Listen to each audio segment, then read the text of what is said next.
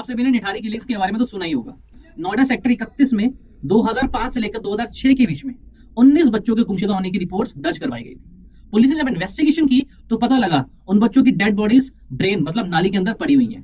Investigation के दौरान police ने कंक्लूड किया कि उस क्षेत्र में रहने वाले एक व्यक्ति मनिंदर सिंह पंडेर और उनके डोमेस्टिक सर्वेंट इन मर्डर्स के लिए रिस्पॉन्सिबल है। उनके खिलाफ मुकदमा चला और अंत में गाजियाबाद की सीबीआई कोर्ट ने उन दोनों को मर्डर के लिए दोषी पाया गया। अपील में इलाहाबाद हाई कोर्ट ने मालिक मनिंदर सिंह पंडेर को एक्विट कर दिया और सुरेंद्र सिंह कोहली के खिलाफ यह दर्ज किया कि वह 12 केसेस के अंदर वह भी गिल्टी नहीं है। हालांकि एक केस के अंदर उनको गिल्टी पाया गया और इस केस की अपील सुप्रीम कोर्ट ने रिजेक्ट कर दी, रिव्यू भी रिजेक्ट कर दिया।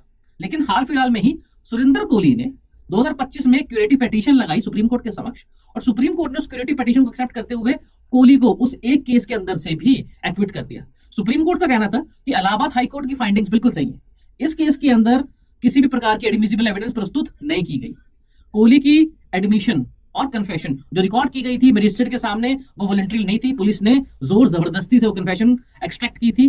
दूसरा, सर्कमस्टेंशियल एविडेंसेस जैसे कि बॉडी का रिकवर होना, कोर्ट कहती है कि इस केस के अंदर section 27 Indian evidence act attract नहीं होता क्योंकि कोहली द्वारा दी गई इंफॉर्मेशन के अकॉर्डिंग खुदाई के दौरान बॉडी से रिकवर जरूर हुई थी लेकिन वो इंफॉर्मेशन आसपास के लोगों को भी प्राप्त थी। इसका मतलब केवल कोहली के पास ही बच्चों की डेड बॉडी से संबंधित इंफॉर्मेशन नहीं थी।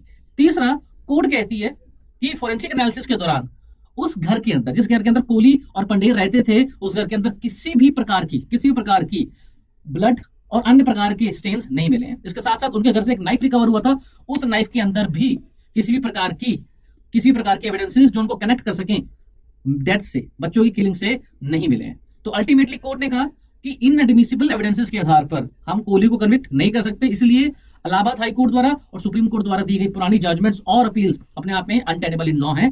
इस आधार पर सिक्योरिटी पिटीशन को एडमिट किया गया और कोहली को एक्विट कर दिया।